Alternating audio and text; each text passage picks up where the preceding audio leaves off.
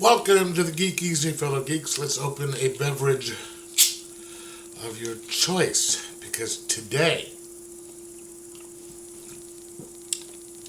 is another episode of Terrifying Tuesdays in which I review a movie from one of the many movies in the collections of movies my father left for me. This week I will be doing The Mad Monster from 1942. Mad Scientist. Check.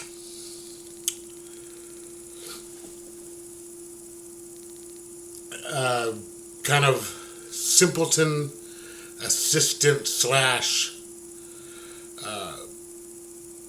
test subject. Check.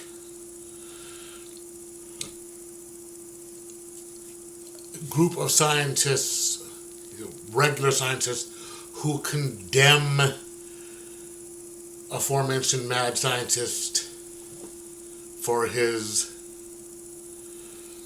experiments against nature. Check. Beautiful, lonely, single, female, distant relative daughter slash and or lab assistant. Check. Excuse me. And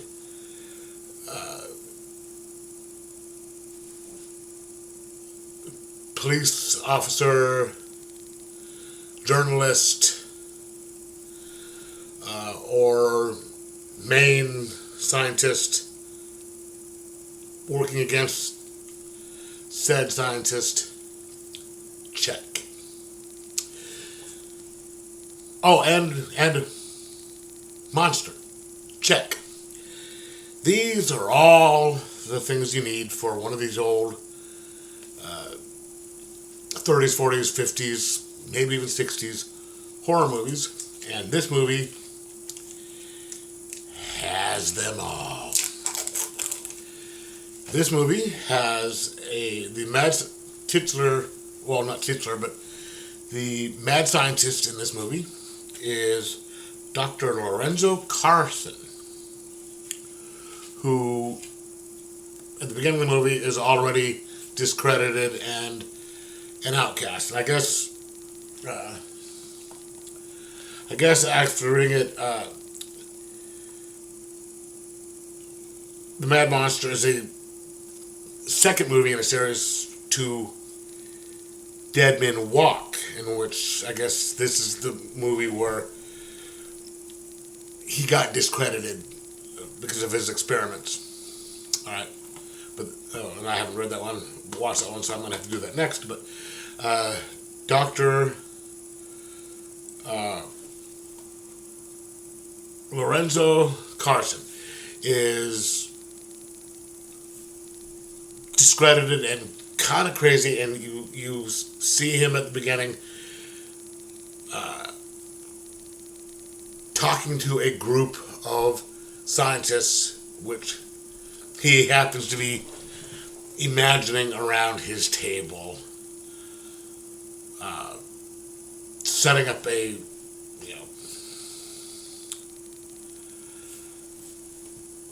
showing proof of his new experiment that he will prove that he is a good scientist and his idea works and it's not a bad thing. And he also is going to be planning revenge on these gentlemen because they ruined his career. So he has rented a house out in the swamps. Not quite sure where this is, but it looks like it could be Louisiana. And he has this big kind of lumbering guy who is his groundskeeper, who's just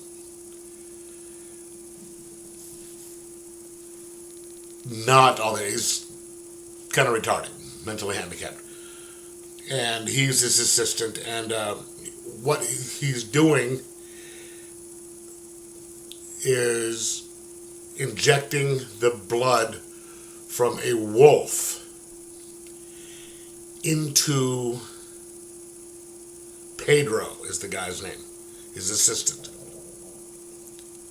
He has him lie down, he injects him, and then within about 20 minutes, he turns into a werewolf, and then he can direct him out to do whatever, and then the wolf will come back and he will inject him again, and it turns him back into a human. And the purpose of this, I guess he found some enzymes in different glands of animals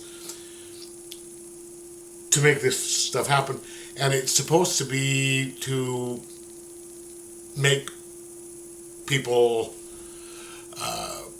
better soldiers, give them extra strength and stuff like that. Think of it as I guess like a super soldier thing or whatever. And you can shoot them up. 20 minutes later, they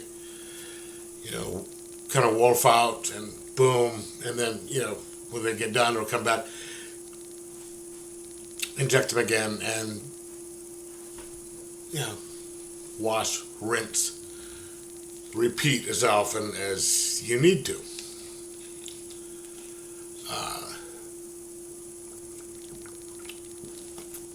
But he's out there with Pedro, who he's doing the experiments on. His daughter, who is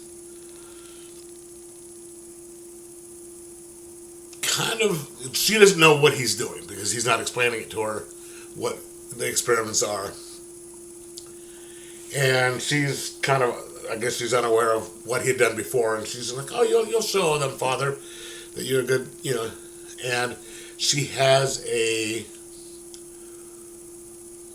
fiance who is a reporter who doesn't know where she is because they left, but he is the one who starts investigating into things, because the first time this guy Pedro gets changed and gets sent out, he winds up killing a child for some people in the swamp, and that draws some people's attention. And then so Dr. Carson, he wants to use Pedro to kill all four of the doctors who had him, ruined his reputation, called him, working against nature and all this stuff, and made him a laughing stock. And needs to do it so he has, plausible deniability. It's like, hey, I was here, and then nothing happened. And of course, things start going wrong, because why wouldn't they? When you're doing, science experiments against nature, and you're dealing with monsters that go crazy, hence the mad monster. This was supposed to be set in World War II, so he's wanting to use it to help the war effort. But this wasn't that bad of a movie. I mean, you have the typical werewolf for the time. Think of Lon Chaney's Wolfman, the Werewolf of London. Not the American Werewolf in London, but the Werewolf of London. Bipedal, fully dressed, except for the hair on the face with the teeth, and you know. And this one, it doesn't look that bad. Actually, this one looks a little better than the werewolf in The Wolfman that just got released, despite its primitive look. And you have the first Doctor who gets killed after that, and that's when things start rolling. Like, hey, we're gonna start looking into this stuff.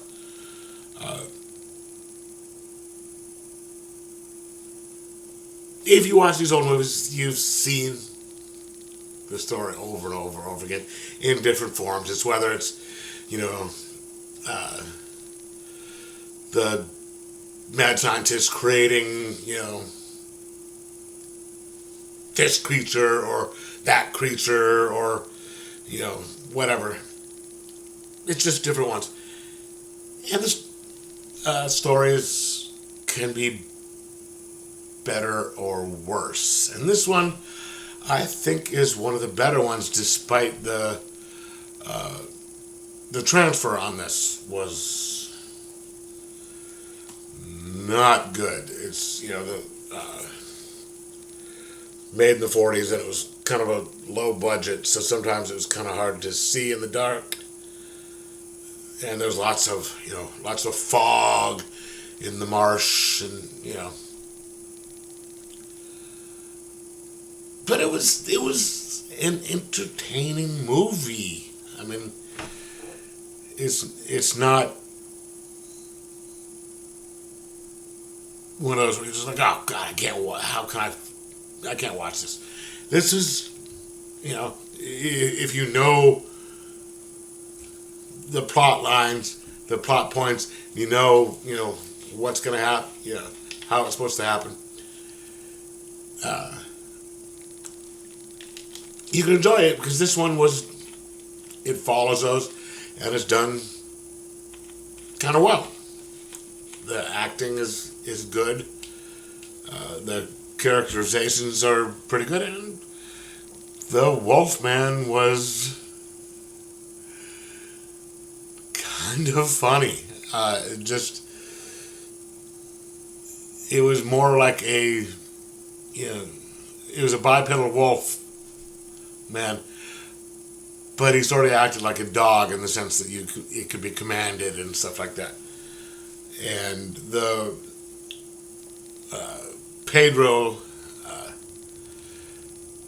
the actor who played him did a really good job of playing the simpleton, guy that everyone, you'd feel sorry for him. Most people would treat well because he's just a really nice guy who doesn't want to do anything. But then you see him start to change under the influence of the experiments that are being done on him. It's also kind of funny to see a werewolf in a, like his button-up shirt that goes all the way up there and a jacket, and then you see him wearing a fedora. At one point, it's like, yeah, dude, no. But yeah, this is a good movie. I'm going to give it just for entertainment factor, acting, story, despite the fact that I guess I should have watched the other one first, but I only watched this one because it said something about it being a werewolf. I'm going to give it a 3.75 out of 5. And say, yeah, it was fun. I recommend it. If you can get your hands on it. It's only hour 20, hour 25, something like that. So it's not that bad, And it's not groundbreaking. You won't see anything that you haven't seen before in one of these things, but you won't have wasted your time and you'll enjoy it. But anyway, let me know what you think of it if you watched it. And like, subscribe, possibly share, and whatever you do, enjoy your old horror movies.